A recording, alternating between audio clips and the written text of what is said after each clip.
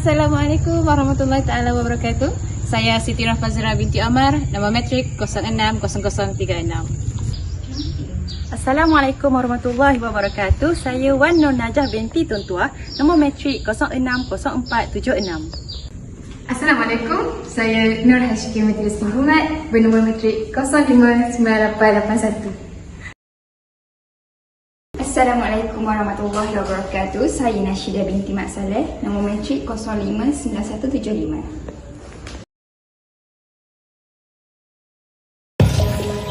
Assalamualaikum warahmatullahi wabarakatuh. Hai korang kenal tak Haji Abdul Rahman Limbong? Tak kenal? Jom saya kenalkan.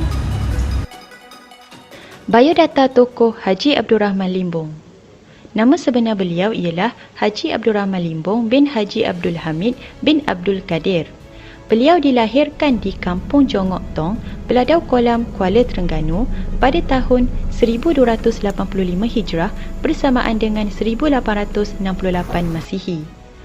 Gelaran Limbong pula diperolehinya kerana pembabitannya sebagai guru di Kampung Limbong yang terletak di Cukai Kemaman. Beliau meninggal di Mekah pada tahun 1347 Hijrah bersamaan dengan 1928 Masihi. Ibu beliau pula bernama Tun Tijah binti Tun Akut yang berketurunan Tuan Zain Indera, iaitu Raja Tersat pada masa Terengganu berada di bawah pemerintahan Kesultanan Johor. Ayah beliau pula bernama Haji Abdul Hamid bin Abdul Kadir yang berasal daripada keturunan Patani. Bapa beliau sendiri merupakan seorang tokoh agama dan banyak membimbing beliau mengenai selok-belok agama. Haji Abdul Rahman Limbong merupakan anak murid Tok Kupaloh yang mana memang sudah begitu terkenal di Terengganu sebagai seorang ulama yang sangat dalam ilmunya. Sebelum belajar dengan Tok Kupaloh, Haji Abdul Rahman Limbong telah belajar terlebih dahulu dengan Haji Yaakob Paya Bunga, ilmu Nahu dan Fiqh sekitar 2 bulan sahaja. Lepas berguru dengan Haji Yaakob, beliau belajar pula dengan Haji Wan Musa juga di Paya Bunga, Kuala Terengganu. Dan setelah selesai menuntut dengan kedua-dua guru ini, barulah beliau pergi menuntut dengan Tok Kupaloh.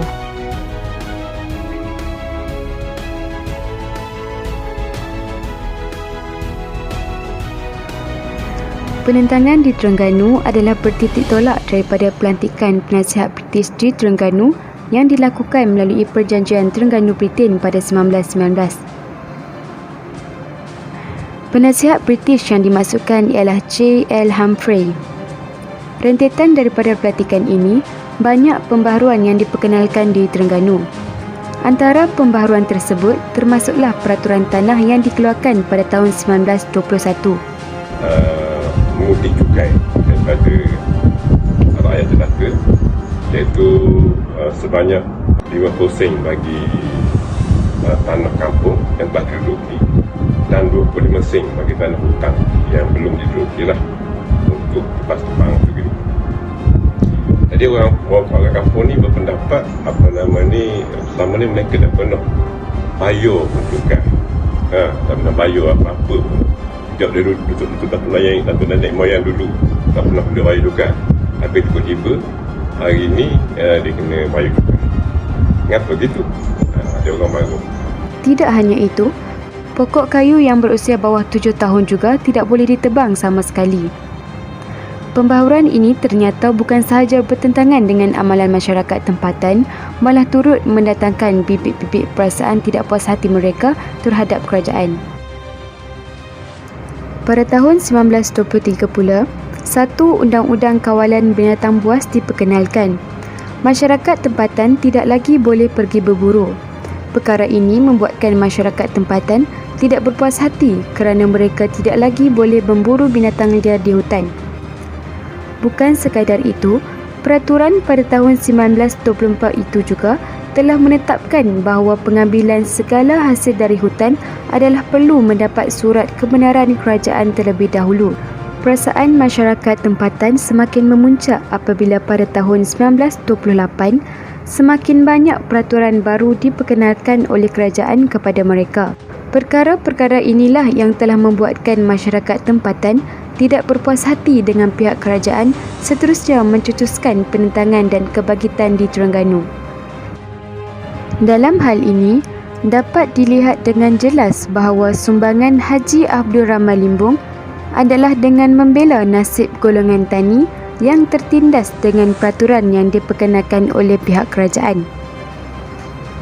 Haji Abdul Rahman Limbong menggunakan kelebihan yang ada dalam dirinya, iaitu sebagai seorang yang ahli dalam undang-undang Islam untuk membela mereka yang tidak berkemampuan dan tertindas.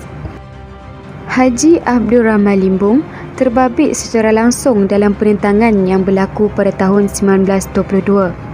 Peristiwa penentangan telah menyebabkan 11 orang petani terkorban. Manakala Haji Abdul Rahman Limbong dibuang negeri ke Singapura, kemudian ke Mekah.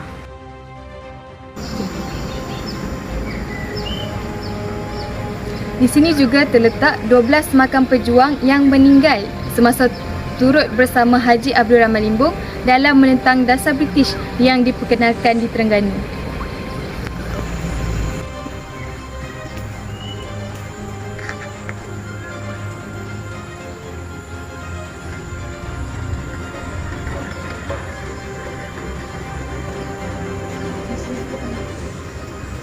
Melalui penentangan ini juga telah dilihat bahawa pengaruh Haji Abdul Rahman Limbong semakin kuat terutamanya di kawasan Telemong. Perkara ini semakin membimbangkan pihak kerajaan, terutamanya seluruh kaki tangan kerajaan sama ada kaki tangan atasan maupun bawahan. Namun begitu, situasi ini tidak sedikit pun melemahkan semangat Haji Abdul Rahman Limbong dalam membantu masyarakat tempatan.